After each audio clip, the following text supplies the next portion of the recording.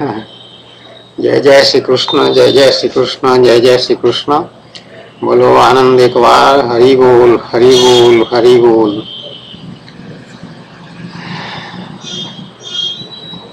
आज 10 दिसंबर है 2014। दिन बुधवार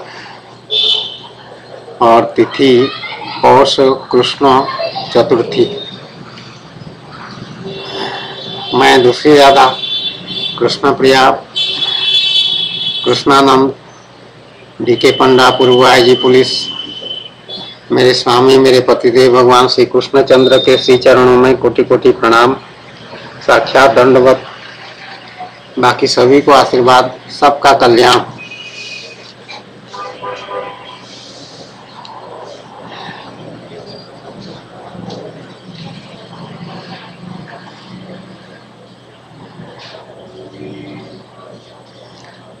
मैं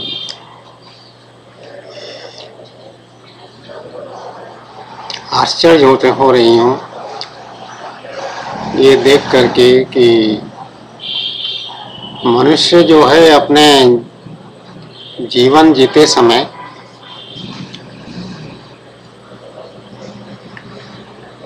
भगवान को स्मरण नहीं करता है जितना करना चाहिए, या कभी कभी तो बिल्कुल ही नहीं करता है किसी किसी मामले में।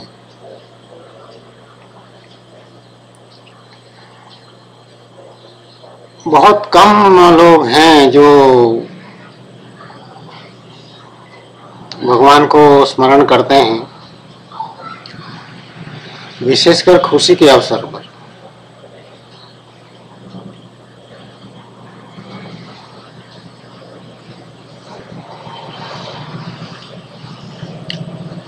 जो दुख में सुमिरन करे तो दुख काहे को हो।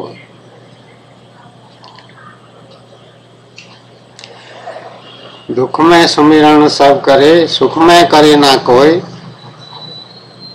जो दुख में सुमिरन करे तो दुख काहे को होए। तो ये एक कहावत सा बन गया है। कहावत इसलिए बना क्योंकि मनुष्यों का स्वभाव या चरित्र ऐसा है।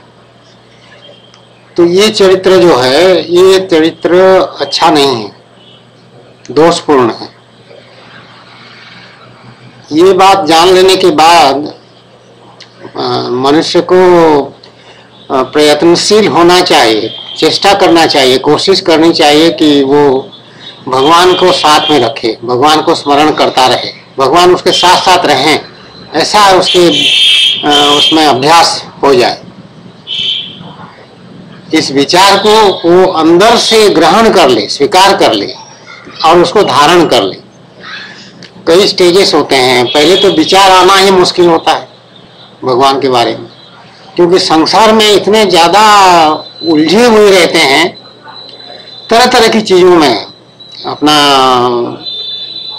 धन को लेकर के, फिर शारीरिक सुख जिसको यौन संबंध कहते हैं उसको लेकर के, फिर खाने पीने वाली बात को लेकर के, फिर संबंधों को लेकर के, पत्नी पुत्र पुत्री, चाचा ताऊ, पिता माता तो हैं, मामा आदि सब। और उसके बाद फिर मित्र, ये बढ़िया सबसे अच्छा मित्र, सबसे ये मित्र, सबसे खास मित्र, ये फलाना मित्र, ये ढिमका मित्र, कोई विदेशी मित्र, कोई दूसरे शहर का मित्र, इस तरह के वो एक फ्रेंड सर्कल उसको कह देते हैं। आप तो ये सोशल मीडिया वाला जो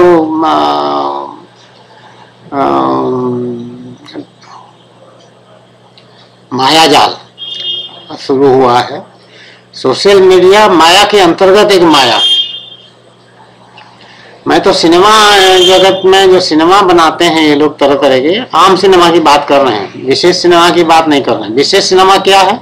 विशेष सिनेमा वो है जैसे देश प्रेम को लेकर के कोई सिनेमा बना, या बच्चों को लेकर के विशेष केवल बच्चों के मनोरंजन के लिए या बच्चों के शिक्षा के लिए कोई सिनेमा बना। जैसे हम पंछी एक डाल के, ये हम बचपन में उसको देखे थे, याद है अभी। तो ये विशेष सिनेमा हो गया। देशभक्ति को लेकर के कुछ हुआ, या कोई धार्मिक भगवान के चरित्र को लेकर के कुछ पिक्चर सिनेमा बनाते हैं, ये थोड़ा सा अलग है। लेकिन जब सामान्य सिनेमा है, फिल्में हैं जिसमें एक हीरो होता है, एक हीरोइन होती है और एक विलेन होगा, बाकी सपोर्टिंग एक्टर्स होंगे इस तरह के, और उसमें नाना प्रकार का प्रपंच वाला कहानी होगा, फर्जी काल्पनिक सब चीज, काल्पनिक एक्टिंग, काल्पनिक डायलॉग्स, काल्पनिक बातें, काल्पनिक दृश्य, सब नकली। ये माया के अंतर्गत माया, ऐसा मैं कहता हूँ। तो उसी तरह का ये है कि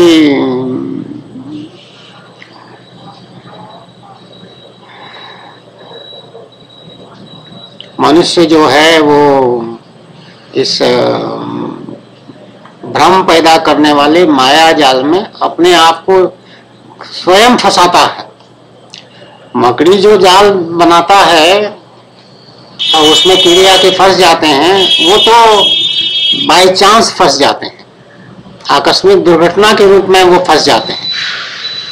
लेकिन मनुष्य जान रहा है, क्योंकि भगवान, मनुष्य एक पशु ऐसा है जिसको भगवान बुद्धि दिए हैं, इंटेलेक्ट दिए हैं, रेशनलिटी दिए हैं, रेशनलिंग या रीजनिंग कैपेसिटी दिए हैं,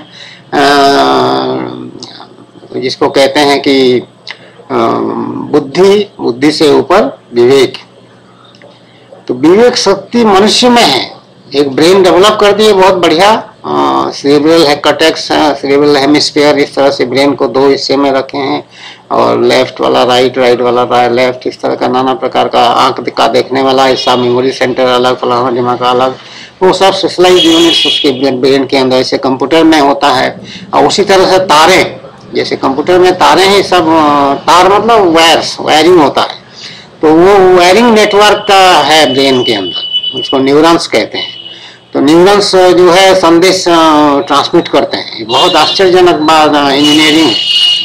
मनुष्य कंप्यूटर में तो कर दिया है, मनुष्य का नहीं कर पाया है। मनुष्य ये भगवान की है, भगवान का ऐसा बाएं हाथ का खेल है, चुटकी वाला। तो वो सब काम यहाँ पर बहुत सारे होता है। तो उसमें मनुष्य में वो शक्ति है कि वो कौन सा हितकारी है, कौन सा अहितकारी है, कौन सा अनिष्ट करने वाला है, कौन सा इष्ट करने वाला है, कौन सा भला करने वाला है, कौन सा बुरा करने वाला है, कौन सी बात क्या है, उसको वो समझता है। तो संसारी माया जो है, माया का जाल, वो माया जाल लगा हुआ है, ये मनुष्य समझ रहा है कि ये बहुत बड़ा फसंत है, इसमें फंसने वाली बात है। लेकिन वो संसार में खुद पड़ता है फंसने के लिए। जैसे जो दिया जला देते हो तो उसमें कीड़े उसमें खुद कूदते हैं, वो आकस्मिक दुर्घटना में फंसते नहीं है। जैसे मकड़े की जाल में तो बाय चांस फंस जाते हैं, उड़ के आते आते जाल में फंस गए, और जाल में चिपचिपाहट होता है, उसमें वो चिपका के पकड़ लेता है, फिर उससे अपने को छुड़ा नहीं पाते। तब तक मकड़ी अगर पास में होगा तो जैसे हिलेगा तो हिलने वाले स्पॉट में वो आंखें भी उसके हैं, वो पहुंच जाता है और उसको और अच्छी तरह से बांध लेता है अपने जाल से, फिर उसका निकलने का संभावना समाप्त हो जाता है, फिर मर जाता है। लेकिन जो दिया में कीड़ा कूदता है उसको आकस्मिक नहीं है, वो मजे में कूदता है, वो खूब मजा लेकर के कूदता है, उसमें छलांग लगाता है, खूब मजा आता है उसको। वो दृश्य जो है, वो लौ जो है दिया का, वो उसके लिए आकर्षण का केंद्र है। जैसे स्त्री पुरुषों के लिए आकर्षण का केंद्र है, या पुरुष स्त्रियों के लिए आकर्षण का केंद्र है, और एक दूसरे के लिए कूदते रहते हैं संसार में। तो ये जानते हुए मनुष्य उसमें जाके घुसता है और फंसता है, और अपने जीवन को वो संभाल नहीं पाता है। मनुष्य में बुद्धि भगवान दिए हैं, सारी इंद्रियां बहुत शक्तिशाली इंद्रियां हैं, संकल्प शक्ति दी है। अगर निश्चय कर सकता है मनुष्य, चेष्टा करके, अभ्यास करके दृढ़ संकल्प कर सकता है कि नहीं, मैं आज से सिगरेट पीना बंद। लेकिन फिर सुबह होते होते, रात को तो सो गया, सुबह उठते उठते फिर वो अपने आप, वो माचिस फाचिस सब अपने, वो हाथ पहुंच जाएगा, वो आएगा, वो अपने आप जला रहा है, वो मुंह में सिगरेट डाल रहा है, फिर उसको पी रहा है, वो अपने आप सब होता जाए। जब सिगरेट जला उला लिया, थोड़ी देर बाद उसको याद आया कि अरे कल तो संकल्प किए थे कि अब सिगरेट छोड़ देना है, फिर कैसे आ जाएगी। चलो जल गया है तो एक तो चलने दो, कोई बात नहीं, अरे आगे देखें, अभी वो आगे कभी होगा नहीं। और सिगरेट से तो सारे शक्ति देने के बाद भी वो कमजोर पड़ जाता है। कमजोर क्यों पड़ता है? इसलिए कमजोर पड़ता है कि उसमें भोग बुद्धि एक चीज है, एक बात है जिसको कहते हैं भोग बुद्धि। भोग बुद्धि मतलब जिसको कहते हैं प्लेजर प्रिंसिपल। प्लेजर प्रिंसिपल मतलब जिसमें सुख मिला वही बढ़िया है। जैसे त्वचा है, ये स्पर्श, त्वचा का गुण क्या है, लक्षण क्या है, आनंद क्या है? स्पर्श। स्पर्श से मजा आता है, आंख से देखने का होता है जैसे, वैसे त्वचा। अब किसी लड़की को अगर पकड़ रहे हो, जवान लड़की है, जवान लड़का है, और वो हाथ एक दूसरे के पकड़े हुए हैं, तो बस करंट पास हो रहा है और वो आनंद ले रहे हैं। वो हाथ पकड़े हैं, यहाँ अभी शुरू कर रहे हैं, बातचीत कर रहे हैं, फिर पकड़ते पकड़ते वो आगे, फिर हाथ ऊपर जाएगा, इधर जाएगा सब। तो जब यहाँ पहुंच गया तो लड़की का, तब फिर वो मामला गड़बड़, फिर आगे इंटेंसिफाइड और गर्मी बढ़ जाएगी, और उसके बाद वो शारीरिक संभोग जो संभोग करते हैं उसमें वो उसका अंत होगा। और संभोग होकर के जब डिस्चार्ज हो जाएगा तो उसका जो है वो थोड़ा सा राहत उसको मिलेगा, कुछ सुख भी मिलता है उसमें। और उसी सुख के लिए ही मनुष्य बहुत प्रयास करता रहता है, बहुत चाहता है उस सुख। सबसे बड़ा सुख यही है, ऐसा सुख। उसी तरह से घर में हो, कोई आए, मिलने वाले कुछ आए और रसगुल्ला बहुत बढ़िया ले आए, या संदेश ले आए, या राजभोग ले आए, क्या क्या गुलाब जामुन ले आए, या कुछ भी ले आए, तो बस लाल टपकना अंदर अंदर शुरू हो जाता है। बढ़िया गरम गरम गुलाब जामुन आया है तो अरे श्रीमती जी थोड़ा सा देखिए, इसको कुछ करिए। कहो बेटा माँ को बुलाना, थोड़ा मम्मी को बुला। अब तो खाने का रसना, तो ये सब इंद्रियों का जो सुख है, इसको भोगने का जो लालसा है, वही भोग बुद्धि है।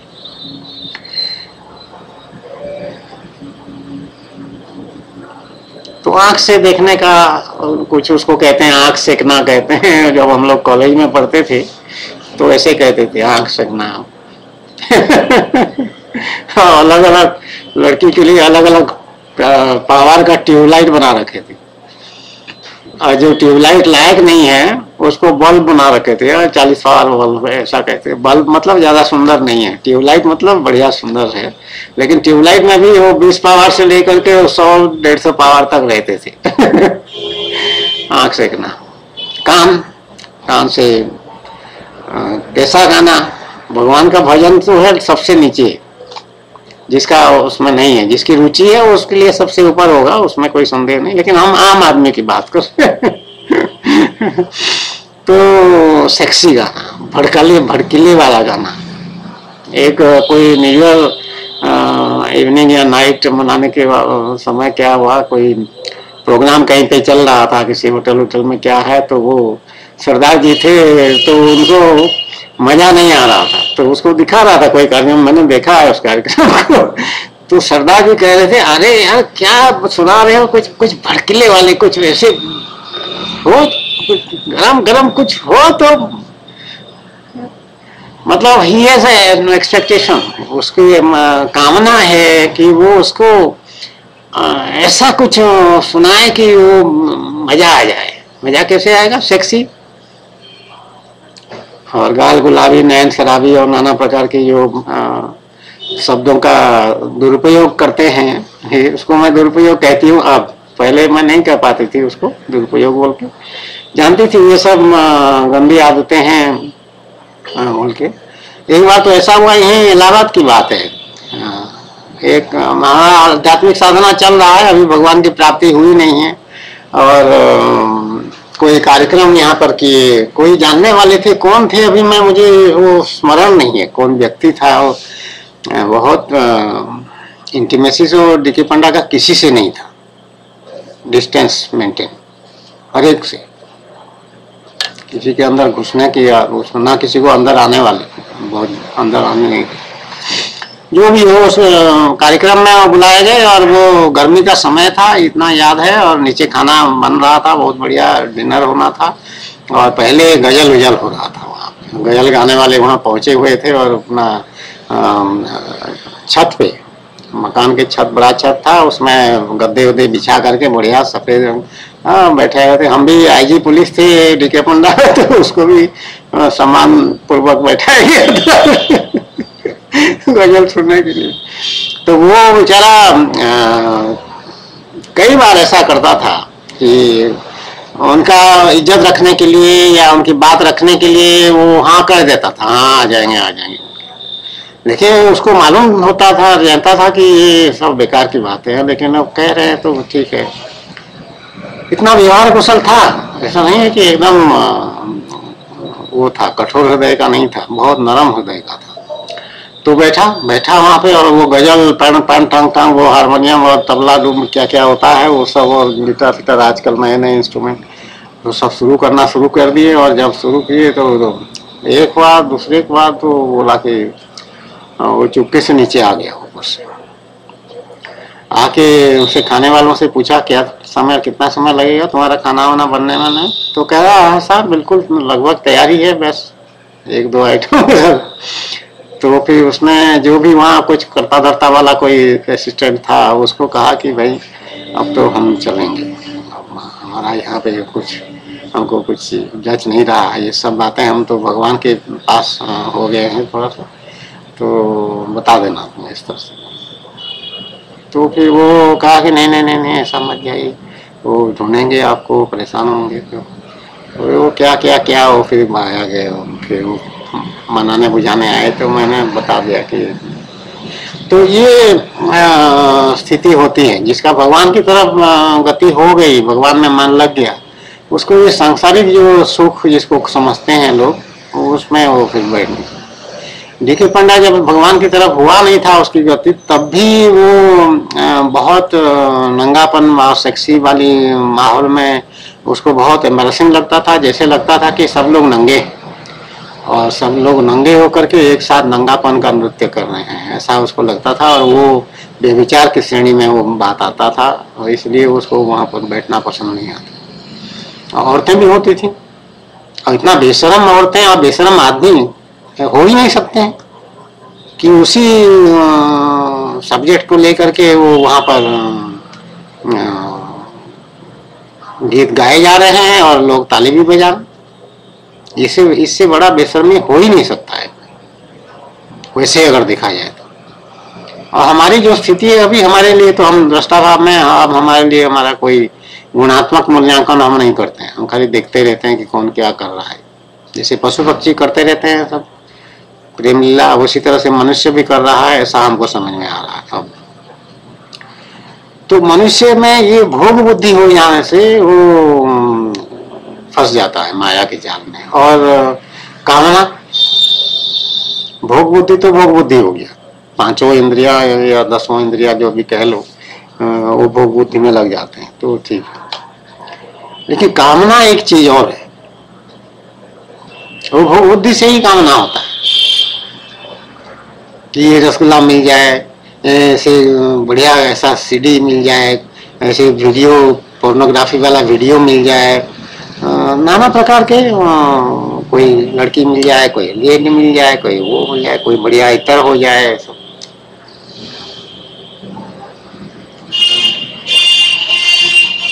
तो कामना जो है सारे दुखों का कारण, भगवान भगवत गीता में इसको अर्जुन से जब बातचीत हुई है तो अर्जुन पूछा है कि क्यों मनुष्य ऐसा पाप कर्म करता है जैसे कि कोई उससे जबरदस्ती करवा रहा। भगवान कहते हैं हाँ, जबरदस्ती करवा रहा है, ऐसे ही पाप कर्म इसलिए करता है क्योंकि उसमें वो कामना बहुत ज्यादा बढ़ जाता है, और सारे कामना जो है पाप कर्म कराने के में ही लग जाते हैं। कामना बहुत बड़ी शक्ति है, कामना हो तो मनुष्य चंद्रमा में पहुंच जाएगा, मंगल में पहुंच जाएगा। कामना है तो फुटबॉल बहुत बढ़िया खेल लेगा, क्रिकेट बहुत बढ़िया खेल लेगा। मुझे खिलाड़ी बनना है तय कर ले तो कर ले, माउंट एवरेस्ट में पहुंच जाएगा। तो बहुत बड़ी शक्ति है एम्बिशन। एम्बिशन तो अपना उन्नति की बात कह रहा है, लेकिन कामना जो है वो और बड़े व्यापक है और बड़े गहरा है। दोनों चीज, छोटी से छोटी बात से लेकर के बड़ी से बड़ी बात की कामना हो सकती है, होती है। तो सारे दुखों का जड़ जो है कामना है। तो अभी उसी तरह का एक बात अभी सामने आया है, DDLJ इसको कह रहे हैं। तुम लोग सब समझ जाना चाहिए, संसारी मनुष्य जो है, जो नहीं समझेंगे उसके लिए है कि ये फिल्म का नाम है, सिनेमा पिक्चर का नाम है, जिसका नाम अब सब समझ गए होंगे, दिल वाले दुल्हनिया ले जाएंगे, DDLJ। इसमें शाहरुख खान और काजोल हीरो हीरोइन थे इसके, और फरीदा जलाल काजोल की माँ बनी हुई थी। तो फरीदा जलाल का एक इंटरव्यू आया है ये rediff.com में, तो वो भी उसी पर नजर पड़ा है। तो कह रहा है, actor DDLJ, I could quote my price, I could quote any price. ये फरीदा जलाल का इंटरव्यू है। तो वो उसके लिए अपनी सफलता का चरम सीमा, और इंटरव्यू जो उसका लिया है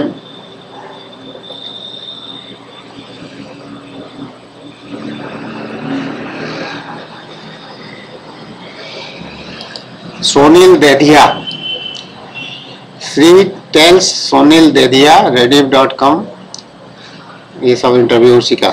तो इसमें वो कह रही है कि अभी याद करके कि 1000 वीक्स हो गया DDLJ को बने हुए।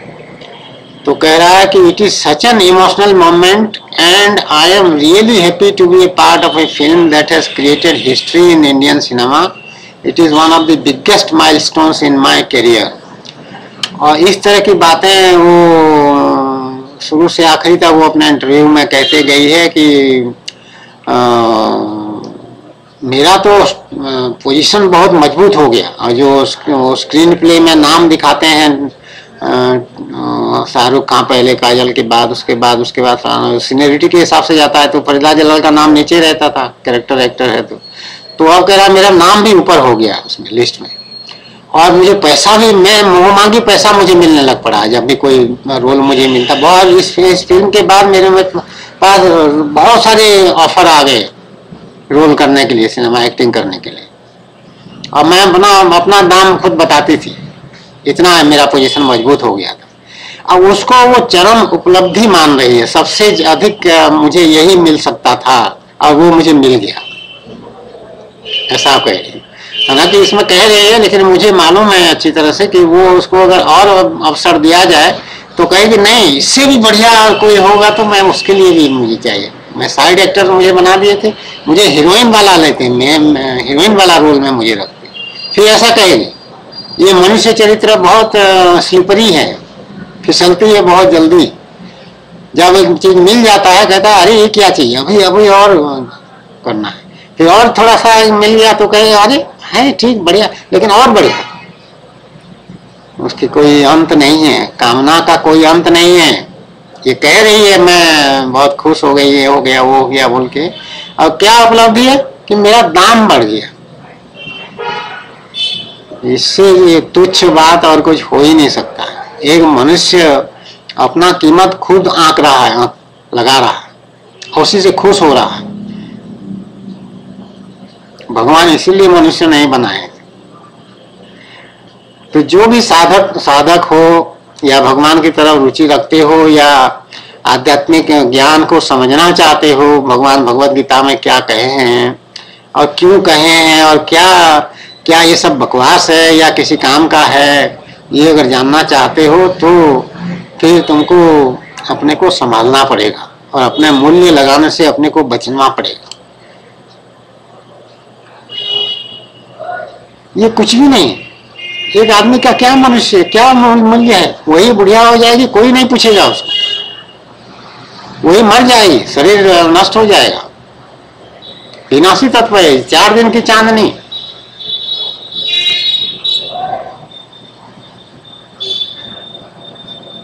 दुनिया को तू कब तक पगले अपनियों कहलाएगा, ईश्वर को तू भूल गया है, अंतकाल पछताएगा।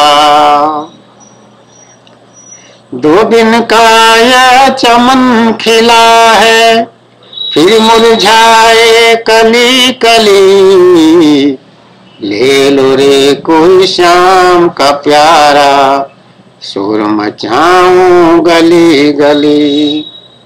श्री कृष्ण नाम के हीरे मोती मैं बिखराऊं गली गली, ले लो रे कोई श्याम का प्यारा, शोर मचाऊं गली गली।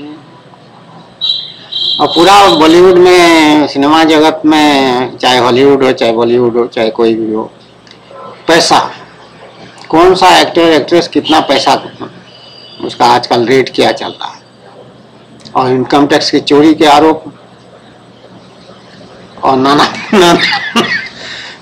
नाना प्रकार का अनर्थ, शराब पी करके हरकतें करना, और सब इसका एफआईआर उसके साथ, उसका एफआईआर इसके साथ, ये बहुत अपना क्रेडिट वर्दिनेस का प्रमाण माना जा रहा है।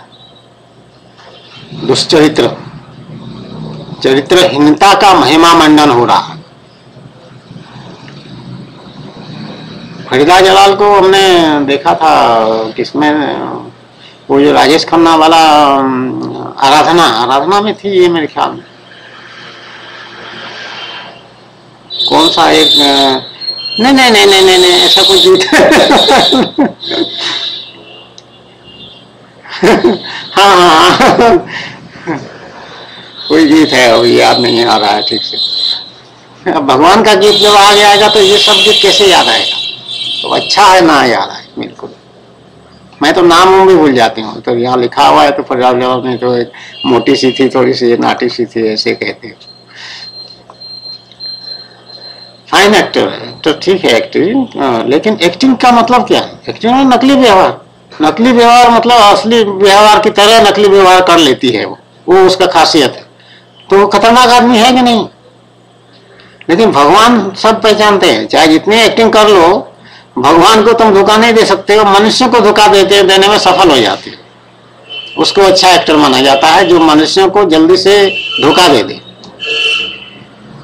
मनुष्य समझ ही ना पाए कि ये धोखा दे दिया, अब बाद में पछता है कि अरे ये तो वैसे फालतू स्क्रीन में तो चल रहा था, हम बिना मुझे 100 रुपया टिकट का दे के चले आए पागल की तरह। घर में राशन लाना था और राशन तो लाए नहीं, ले आए हैं, अब जाएंगे तो वो झगड़ा करेगी, घर में बैठी हुई है देवी जी, खाली यही करते रहते हैं दोस्तों के साथ मिलकर के, ऐसा करें। आदित्य चोपड़ा के बारे में ये कह रही है Farida Jalal, Adi is the most humble human being I have ever met.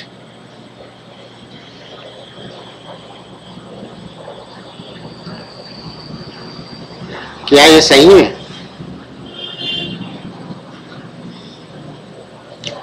वो इसलिए मोस्ट हम्बल भी हो रहा है वहां पर शूटिंग के टाइम में, क्योंकि वो उसको अपना बिजनेस चलाना है, अपना एम्पायर चलाना है, बढ़िया पिक्चर बनाना है और उससे पैसा कमाना है। बहुत सारी उसमें रेपुटेशन भी बनाना है और पैसा भी कमाना है, कई फैक्टर्स होते हैं, लेकिन वो सिर्फ उसका सेल्फ सेंटर्ड बातें, उसमें जरा भी कोई अगर टांग अड़ा देगा, ये देखिएगा कैसे भड़केगा। आदि किसी से मिलता जुलता नहीं है, एकांत प्रिय है, ऐसा मैंने सुना। एकांत प्रिय होना बहुत अच्छी बात मानी जाती है, ज्यादा सांसारिक प्रपंच में पढ़ना अच्छी बात नहीं है। लेकिन ये जो मोस्ट हम्बल ह्यूमन बीइंग वाली बात विशेषण है, ये बहुत सावधानी के साथ हम किसी को दें। मोस्ट हम्बल ह्यूमन बीइंग अगर कोई है तो भगवान श्री कृष्ण चंद्र है, जो मनुष्य लीला किए हैं, तो he was the most humble human being, ऐसा कह सकते हैं कि भगवान होकर के भी अपने को वो ग्वाल वाल का झूठन खाने से लेकर के उनके साथ धिंगा मस्ती करने तक वो लोग मारपीट भी कर लेते थे। भगवान सब सहते थे हंसी हंसी। मनुष्य स्वार्थी होता है, और स्वार्थ में कोई अगर रुकावट डाले तब वो देखिए उसका क्या असलियत जो उसका भड़केगा वो ना। तो संसारी मनुष्य इतना में कोई मोस्ट वाले विशेषण होता नहीं है, कुछ लोग होते हैं। महात्मा गांधी तक गुस्सा किए हैं अपने धर्मपत्नी पर,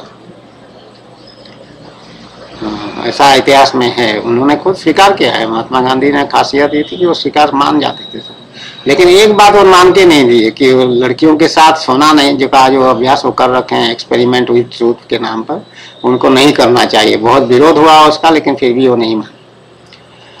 तो ये फरीदा जलाल का इतना उत्साह, इतना खुश होना, प्रसन्नता का कारण केवल शरीर को लेकर के कि पैसा बहुत मिल जाता था। तो पैसा मान लो पहले 50 लाख मिलता था एक सिनेमा करने में, अब 1 करोड़ मिल जाएगा, उसको मिल गया होगा। उसमें फर्क क्या पड़ा? 1 करोड़ को क्या करोगे तुम? कोई शारीरिक सुख सुविधा के लिए प्रयोग उसका कर सकते हो, कोई मकान हो सकता है, कपड़ा लत्ता हो सकता है, खान पान में थोड़ा जगह नौकर चाकर एक फोन वोन लगा लो, और क्या कर सकते हो? 1 करोड़ तो खाओगे नहीं नोट। गाड़ी वाड़ी खरीद सकते हो, कोई ड्राइवर रख लिए और ठाट से चले जा रहे हो, ऐसा कुछ होगा। लेकिन उससे होगा क्या? तुम्हारी आत्मा का जो है उसका क्या होगा?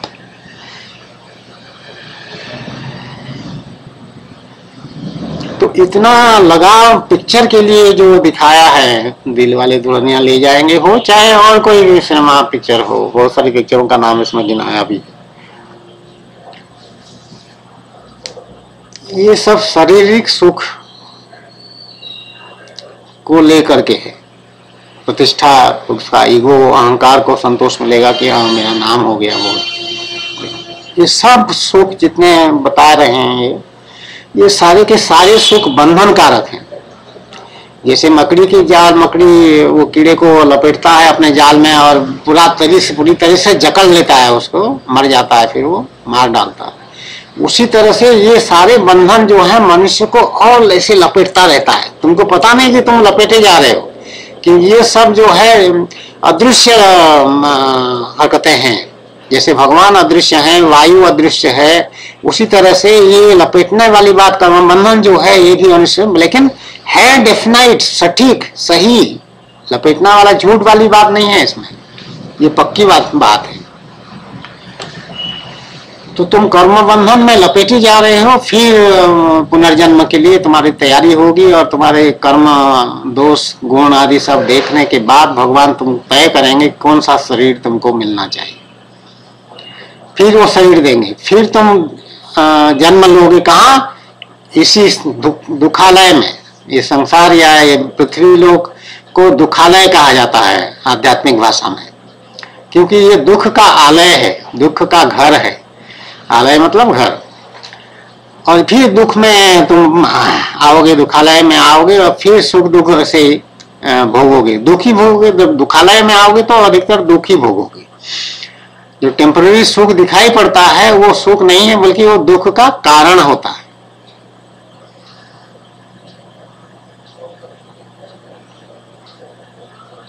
क्योंकि हमेशा तो डीडीएलजे रहेगा नहीं ना, हमेशा तुम्हारी आयु उस तरह से रहेगा कि तुमको लोग स्वीकार कर सकें। जब बुढ़ापा घेरेगा तो फिर तुमको लोग दुत्कार देंगे, फिर उसको सहना बहुत मुश्किल होगा। तो आत्मा का ध्यान रखना बहुत आवश्यक है। और भगवान जो गीता में पहले दूसरे अध्याय में समझा दिए हैं कि तुम जो हो, तुम शरीर नहीं हो, तुम आत्मा हो। ये शरीर तो कपड़ा बदलने जैसा बदलता रहेगा, लेकिन जो आत्मा है वो हमेशा के लिए रहता है।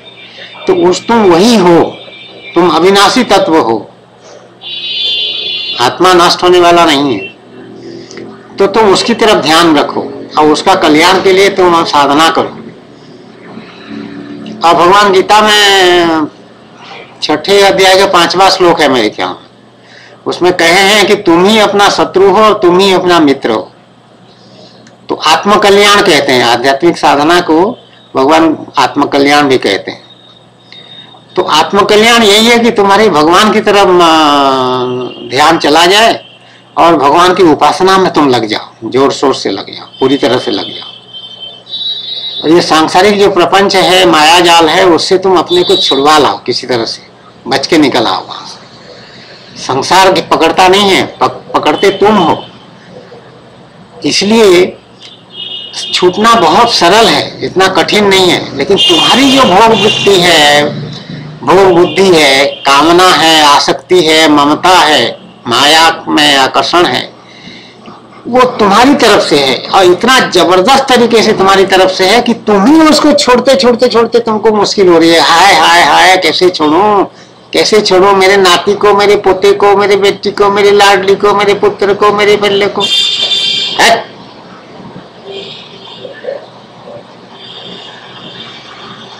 भगवान की तरफ देखो, भगवान अच्छे नहीं लग रहे हैं तुमको।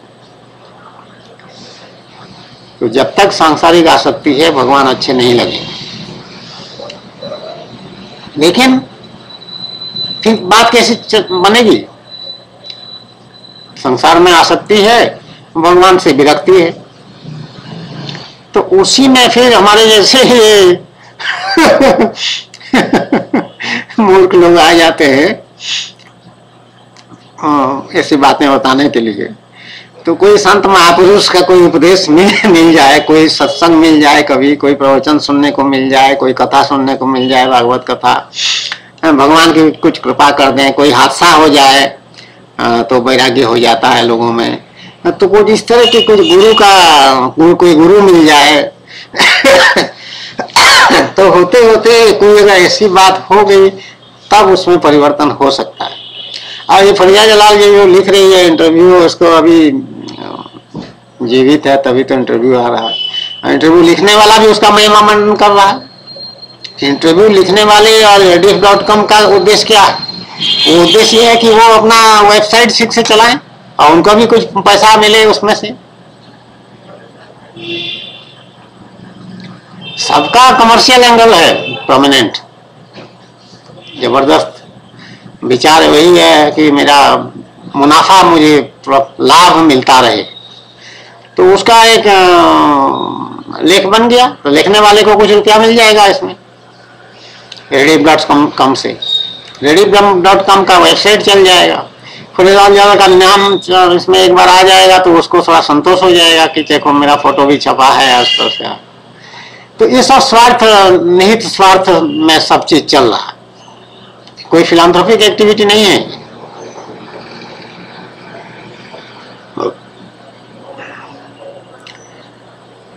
तो इतना उत्साह, इतना लगन, इतनी आसक्ति, इतना लगाव एक सिनेमा, एक पिक्चर, तुच्छ पिक्चर के लिए 3 घंटे का सेल्यूलॉइड जिसको कहते हैं, प्लास्टिक का कागज पर वो चीज है और मशीन में डाल के उसे चला देने से वो चलता है, देखने से लगता है कि साक्षात हो रहा है। वो बिल्कुल माया है, एकदम झूठ है, कोई है नहीं वहां, खाली एक सफेद पर्दा लगा रहता है और उस पर फोटो पड़ता रहता है। फोटो एक स्पीड में पड़ता है, जो फोटो अलग अलग फोटो पड़ते रहते हैं उसमें एक स्पीड में पड़ता है। उस स्पीड पड़ने से उसमें वो मोबाइल हो जाता है, मूवी हो जाता है। मूवी है वो स्टैटिक पिक्चर है सब, स्थानों पिक्चर, स्थानों मतलब एक अलग से फोटो है, कई फोटो एक लाइन में लगे हुए हैं और उसको चलाते जब है वो रील को तो एक स्पीड में चलाते हैं जिसमें कि आंख के स्पीड के अनुसार उसको मैच कर रखे हैं कि आंख को ऐसा लगेगा कि नहीं वो लगातार चल रहा है। तो एकदम माया, वो सच्चाई नहीं है, भ्रम है। लेकिन वैज्ञानिक लोग निकाल लिए हैं कि आँख कैसे कितना देख सकता है, 1 सेकंड में, 1 मिनट में, इस तरह के कुछ गणित करके उसको एडजस्ट कर लिए और उसी रेट में और स्पीड में चलाते हैं जितने भी पिक्चर वीडियो चलाते हैं सब। और लोग देख दे सिनेमा हॉल में पैसा दे करके आते हैं और वो स्क्रीन सामने रहता है, सबके सामने रहता है खुला, जब पिक्चर नहीं चलता रहता सब स्क्रीन देखते रहते हैं और सबको मालूम है कि स्क्रीन है। और स्क्रीन पर जो दिलीप कुमार दिखाई पड़ रहा है वो है ही नहीं दिलीप कुमार में, तो उसका फोटो है चल रहा है, चाहे गाना गा रहा है, चाहे मारपीट कर रहा है, चाहे और कोई रोमांस कर रहा है, कुछ कर रहा है, वो सब फोटो है, कोई नहीं, फिर भी सोचता है कि नहीं रियल हो रहा है। सोच के उसमें मस्त होता रहता है। तो आदमी अपने आप को डिल्यूशन में रखना चाहता है, ये कितनी बड़ी आश्चर्यजनक बात है, जबकि भगवान साक्षात स्वरूप और सत्य हैं। जगत में अगर कोई चीज सत्य है केवल भगवान सत्य है, बाकी सब मिथ्या। ब्रह्म सत्य जगत मिथ्या, ये ज्ञान मार्ग का नियम है, बुनियादी नियम। ब्रह्म सत्य जगत मिथ्या, तो जगत जो है वो जगन हो जाता है। मिल जाता है जगन मिथ्या, ऐसा कुछ कहते हैं। संस्कृत भी बढ़िया, संधि विच्छेद संधि करना है, सब मजा आता है वो संस्कृत पढ़ने में। तो जगत मिथ्या है, लेकिन मिथ्या को वो सत्य समझ रखा है मनुष्य जिद करके। उसी का लाखों रुपया हीरो को मिल जाता है, क्या करोगे? लोगों की मूर्खामी की वजह से हीरो का मन चाहे आजकल 4, 5, 6 करोड़ ले रहे हैं समाज, केवल बेवकूफी के कारण, मनुष्यों की बेवकूफी के कारण। वो पिक्चर ना देखें, उनको 1 करोड़ 1 रुपया नहीं मिलेगा। सब लोग अगर तय कर रहे हैं सब बकवास है, क्या फोटो वोटो लेकर के हमको मूर्ख बनाते रहते हैं, कोई चीज देखने लायक नहीं देखेंगे हम कल से। तो गए सब, शाहरुख खान होगा अपना सब नीलामी में आ जाएंगे सब धीरे धीरे। हालांकि इतना रुपया आप कमा लिए हैं कि वो नीलामी में नहीं आएंगे, मजे में रहेंगे, लेकिन मिलेगा नहीं फिर आगे 1 पैसा। लेकिन ये हो ही नहीं सकता है, क्योंकि मनुष्य की कमजोरी है, जानते हैं बॉलीवुड वाले प्रोड्यूसर डायरेक्टर सब जानते हैं, देखेंगे झक मार के देखेंगे, ऐसा कहते हैं।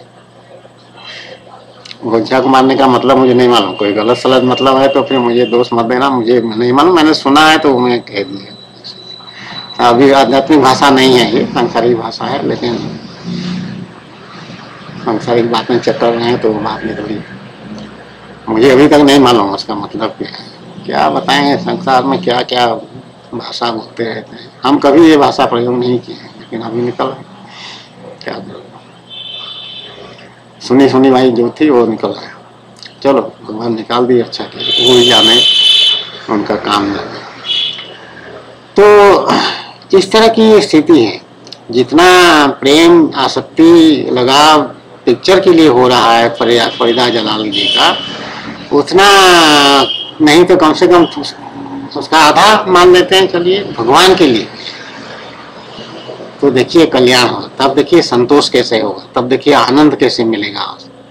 जैसे हमारी स्थिति है, हमारा कोई मनोरंजन की बात नहीं है, कोई हमारा संगी साथी कोई मित्र जितने भी थे वो सब अपने अपने जगह हैं, और हम एकांत में केवल भगवान के साथ हैं और आनंद में। ये क्या पर्याप्त प्रमाण नहीं है इस बात का कि भगवान के प्रेम में आनंद, सचमुच आनंद का आनंद मिलता है। जो आनंद अविनाशी होता है, वो नष्ट होने वाला नहीं होता है। चाहे जितनी बड़ी प्रतिकूल परिस्थिति आ जाए व्यक्तिगत जीवन में, और उसका वो आनंद को नष्ट नहीं कर सकता है। तो भगवान का यही आदेश है, मेरा कहना ना मानो, भगवान का कहना मानो। भगवद गीता में भगवान जो कह रहे हैं उस बात को मान लो। लेकिन कोई अगर कहे भगवान कह रहे हैं, हम इस बात को कैसे माने? तो अब भगवद गीता में आदमी लिख दिया है और कह दिया भगवान ने लिखा है, भगवान ने कहा है, तो हमको संदेह हो रहा है, तो हम इसको कैसे माने? तो इस बात पे जो अगर कोई जिद करेगा तो उसको तो कोई इलाज नहीं है।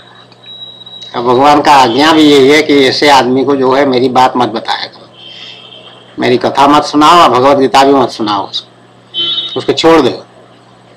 उसी में तड़पते तड़पते तड़पते तड़पते तड़पते तड़पते फिर वो एक दिन घूम फिर करके इधर आएगा, तब तक उसको तड़पने दो।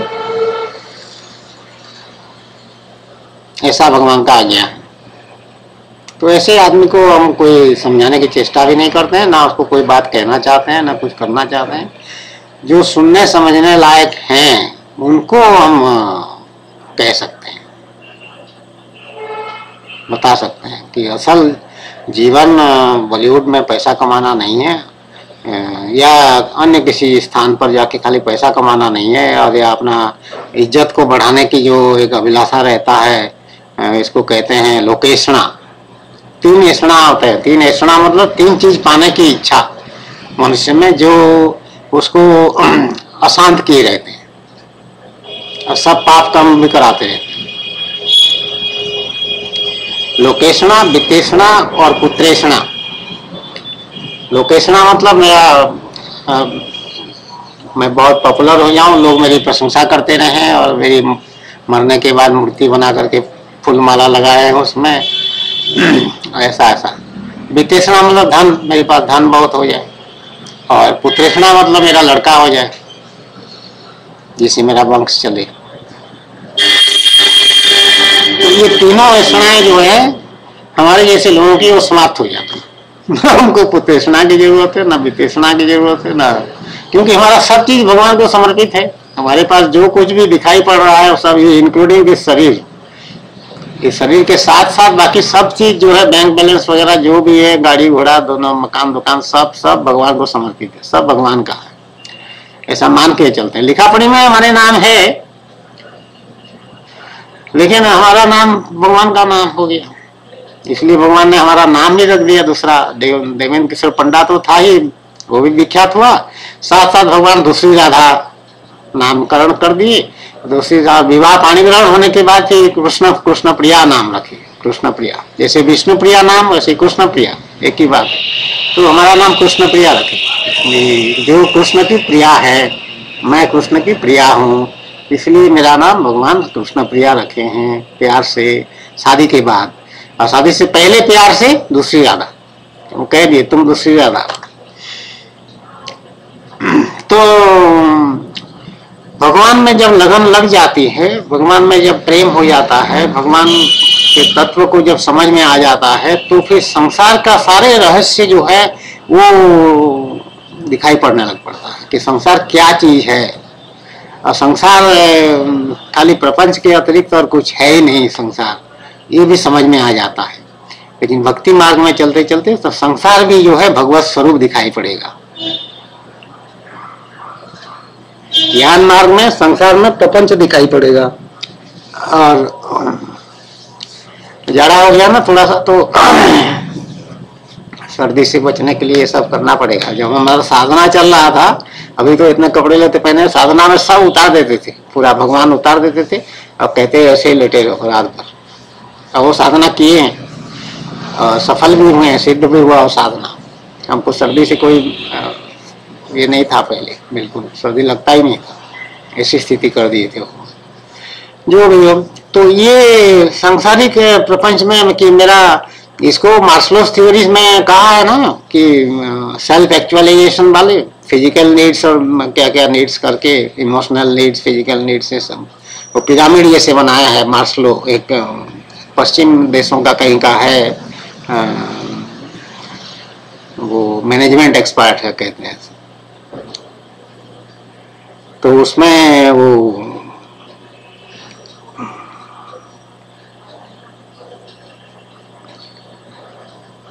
कहा है कि आखिरी में अंत में सेल्फ एक्चुअलाइजेशन उसको कहते हैं, मतलब कि चरम उत्कर्ष में मनुष्य का जीवन जब पहुंच जाए कि वो उसका सब बहुत बड़ा अचीवमेंट वो कर ले कोई, उसको सेल्फ एक्चुअलाइजेशन कहते हैं।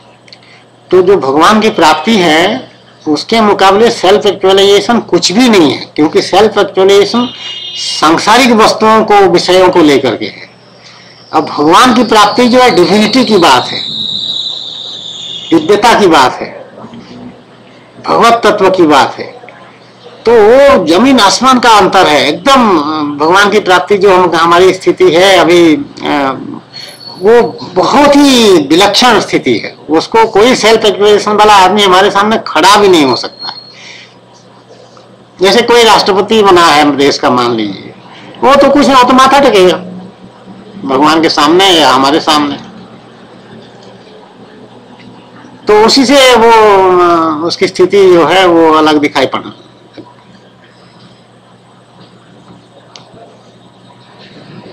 तो वो सांसारिक उपलब्धियां जो हैं वो शून्य है, कुछ भी नहीं है, उसका कोई अर्थ नहीं है।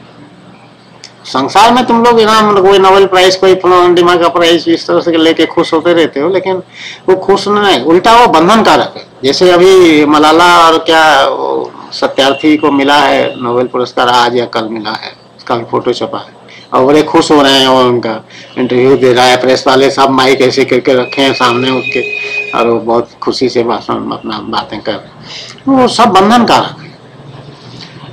अगर तुमको कोई पुरस्कार लेना भी हो तो उसको डिटैच होकर के ले, जैसे उसे कोई मतलब नहीं है, तो उसकी तरफ देखो भी ना।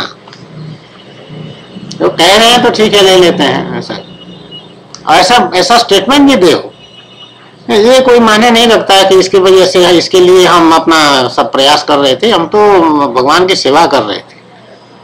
ये कर्मयोग हो जाएगा, वही काम होगा। सत्यार्थी जो बच्चों के हित के लिए कुछ काम कर रहे हैं, उसको अगर आसक्ति पूर्वक ना करें और डिटैचमेंट के साथ करें। डिटैचमेंट को हिंदी में क्या कहते हैं? निर्विकार, निर्विकार होकर के, निष्काम होकर के उसको करें तो उनका भगवान की सेवा हो जाएगा, कर्मयोग हो जाएगा। जब कर्मयोग हो जाएगा तो कर्मबंधन बनता नहीं है। कर्मबंधन तभी बनता है जब कर्म में आसक्ति हो और वो उसको दावा करें कि हाँ इसी वजह से हम ये काम कर रहे थे, आज तक नोबेल प्राइज मिल गया तो हम बड़े खुश हैं। अरे खुश क्या हो, उसमें खुशी की कौन सी बात है? भगवान की बात किए। जैसे फरीदा जलाल पूरे इंटरव्यू में कहीं पर एक बार भी भगवान को याद नहीं किया कि भगवान की कृपा से ये हो गया, मेरा कल्याण। अब भगवान की कृपा उसमें है, मैं देख पा रही हूं, वो नहीं देख पा रही, क्योंकि उसका गति संसार में है, गति भगवान की तरफ नहीं है। उस पर भगवान की कृपा कैसा है, कैसे है, किस प्रकार से कह सकते हैं? वो भगवान की कृपा इस प्रकार से है क्योंकि उस भूमिका के लिए उसको चुना गया। ये अकेली कैरेक्टर एक्टर तो थी नहीं, वहां पर बहुत सारे माँ का रोल करने वाली औरतें हैं, कोई कर भी सकते थे, इससे बढ़िया भी कर सकते थे, लेकिन नहीं, इसका खास चयन जो हुआ है वही भगवान की कृपा से हुआ है। भगवत गीता में, भागवत महापुराण में एक श्लोक इसके लिए है कि किसी का मिलना और किसी का बिछड़ना ये भगवान के विधान से होता है। तो काजल का माँ बनना उस सिनेमा में, पिक्चर में, ये काजल और इसका मिलना हुआ, तो ये भगवान का विधान के अनुसार। आदित्य चोपड़ा से इसका मिलना हुआ, वो भगवान के विधान से हुआ कि वहां आदित्य चोपड़ा से भी इसकी भेंट हो जाएगी। शाहरुख खान से मिलना हुआ तो वो भी भगवान की कृपा है कि वहां शाहरुख खान से भी भेंट हो जाएगी इसकी। तो ये भगवान की कृपा इस तरह से कदम कदम पर भगवान की कृपा है।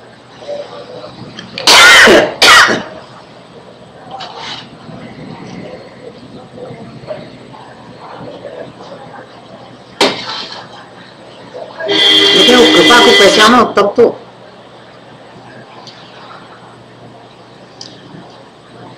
ये जो डायलॉग्स बोलने की शक्ति है, सब नहीं बोल सकते हैं। कुछ लोग बढ़िया बोलते हैं, कुछ लोग घटिया बोलते हैं, सब नाना प्रकार के। वो भी भगवान की कृपा है। वाणी उसको भगवान दिए हैं और वाणी को संयम के साथ दिए हैं, तो वाणी जिस तरह से बोलनी चाहिए वैसे ही बोलने में वो सक्षम है। ये जो उनमें गुण है, ये केवल भगवान की कृपा से संभव है। मनुष्य सोचता है कि मेरी बहादुरी है, मैं अभ्यास करके ऐसा कर रखी हूँ, रिहर्सल की हूँ कई बार और सफल हो गई ना। तुम रिहर्सल जरूर किए हो, बोलने की अभ्यास किए हो, ये तुम्हारा पुरुषार्थ है, लेकिन कोई कर्म सिद्ध तभी होता है जब उसमें भगवान की कृपा शामिल हो जाए। अगर भगवान की कृपा उसमें नहीं हुआ तो तुम चाहे जितना भी पुरुषार्थ करो, जितना अभ्यास करो, वो सफल नहीं होगा। ये भगवान की कृपा, इसको वो नहीं पहचान पा रही है, मैं पहचान रही हूँ। लेकिन पूरे इंटरव्यू में एक बार तो भगवान का नाम लिए होती, चले अल्लाह के करम से मेरा ऐसा हुआ, हम मुसलमान हैं थोड़े देर बाद, तो ऐसे अल्लाह के करम से हुआ, ऐसा तो कहती नहीं कही। भगवान का नाम और निशान नहीं है पूरे इंटरव्यू में। ना वो पूछने वाला पूछ रही है कि आपका इस सफलता के लिए आप भगवान को धन्यवाद देना चाहेंगे कि नहीं, ऐसा पूछना चाहिए उसको। उसकी भी दृष्टि भगवान की तरफ नहीं है। वो तो rediff.com को जानता है, जानती है, कोई लड़की है शायद इंटरव्यू लेने वाली है, या क्या सोनाल या क्या दहिया है लिखा है, सोनिल दे दिया, तो लड़की लग रही है नाम। तो उसकी भी दृष्टि भगवान की तरफ नहीं है, और rediff.com की तरफ, और अपने जो भी काम कर रही है उसके ऊपर, कि काम इसलिए कर रही है क्योंकि उसको कुछ वेतन पैसा मिल जाएगा। साथ साथ ईगो होता है, अहंकार, कि हाँ मैं इंटरव्यू ले रही हूँ, तो उसमें उसको भी एक मजा आ रहा है, उसका ईगो सेटिस्फेक्शन कुछ हद तक हो रहा है। वो तो अपनी जगह पे है, हमेशा हर एक चीज में है, लेकिन भगवान की तरफ ध्यान नहीं है किसी का, ना rediff.com का भी नहीं है, उसका जो मालिक है उसका भी कोई ध्यान नहीं है। उल्टा वो कहेगा अरे भगवान को हम बीच में बार बार लाएंगे तो हमारा वेबसाइट खराब हो जाएगा, लोग सोचेंगे ये धार्मिक वेबसाइट है, वो आएंगे नहीं, यहाँ पर देखेंगे नहीं, ऐसा हो सकता है, संभावना है। तो भगवान की तरफ दृष्टि रखना अति आवश्यक है जीवन में। तुम्हारी छोटी सी भी इच्छा पूर्ति हो जाए या कोई चीज ठीक ठाक हो जाए तो भगवान को फौरन स्मरण करो। और कोई दुख वाली बात हो जाए, दुर्घटना हो जाए, तो भी भगवान को याद करो, हे नाथ सहने की शक्ति दीजिए, आप ही की कृपा है, जो कुछ भी हो रहा है सब कुछ ठीक है, थोड़ा शक्ति दे दीजिए सहने की, इस विपदा जो से टल जाए ऐसी शक्ति दे दीजिए, मैं सह लूँ इसको, ऐसी प्रार्थना करिए भगवान से। भगवान को तो आरोप मत लगाइए, भगवान आपने मुझे इतनी बड़ी मुसीबत में क्यों डाल दिया, जवाब तलब कर मत करिए उनका, भगवान का ये दुर्बुद्धि है। मैंने देखा है लोगों को जवाब तलब करते हुए और आरोप करते हुए भगवान के ऊपर कि सारे दुख तुम्हारे दिया हुआ ये पाप करना है, बहुत बड़ा अपराध है। तो सुख में दुख में समिरण सब करे, सुख में करे ना कोई, जो दुख में सुमिरन करे तो दुख काहे को होए। जय जय श्री कृष्ण, जय जय श्री कृष्ण, जय जय श्री कृष्ण। बोलो आनंद कुमार, हरि बोल हरि बोल हरि बोल। आज ये असमय में ये वीडियो रिकॉर्डिंग हो रहा है, ये भगवान की आज्ञा से ऐसा होता है, नहीं तो मेरे पास समय नहीं है कोई बात इस तरह से करने के लिए। अब भगवान की सेवा में इतना समय बच नहीं पाता है कि बैठ करके 1 घंटा 1.5 घंटा इस तरह की बातें करें, लोगों को समझाने के लिए चेष्टा चल रही है अपनी तरफ से। भगवान की जब आज्ञा होती है तो ऐसा हो जाता है, तो जब आज्ञा होगी भगवान की फिर भगवान ऐसे ही समय निकालेंगे किसी तरह से और सब कुछ होगा। जैसे भगवान सर्वभूत हिते रहता है, हमारी भी स्थिति यही है कि जगत का कल्याण हो, सभी मनुष्यों का, पशु पक्षी कीट पतंग सभी का कल्याण होता रहे। ऐसे हमारे भी एक स्वभाव कहिए, एक दृष्टिकोण कहिए, ऐसा है। कामना नहीं है, काम निष्काम है, पूरी तरह से कोई कामना नहीं है, और केवल भगवान की आज्ञा से ही हमारी हरकतें होती हैं, कोई भी चेष्टा होती है, कोई भी क्रिया होती है, कर्म नहीं होता है। हमारे लिए कर्म बंधन नष्ट हो चुका है, समाप्त हो गया। हरे कृष्ण, जय जय श्री कृष्ण, जय जय श्री कृष्ण। कृष्ण कृपा कृष्ण कृपा कृष्ण कृपा कृष्ण कृपा कृष्ण कृपा कृष्ण कृपा कृष्ण कृपा कृष्ण कृपा कृष्ण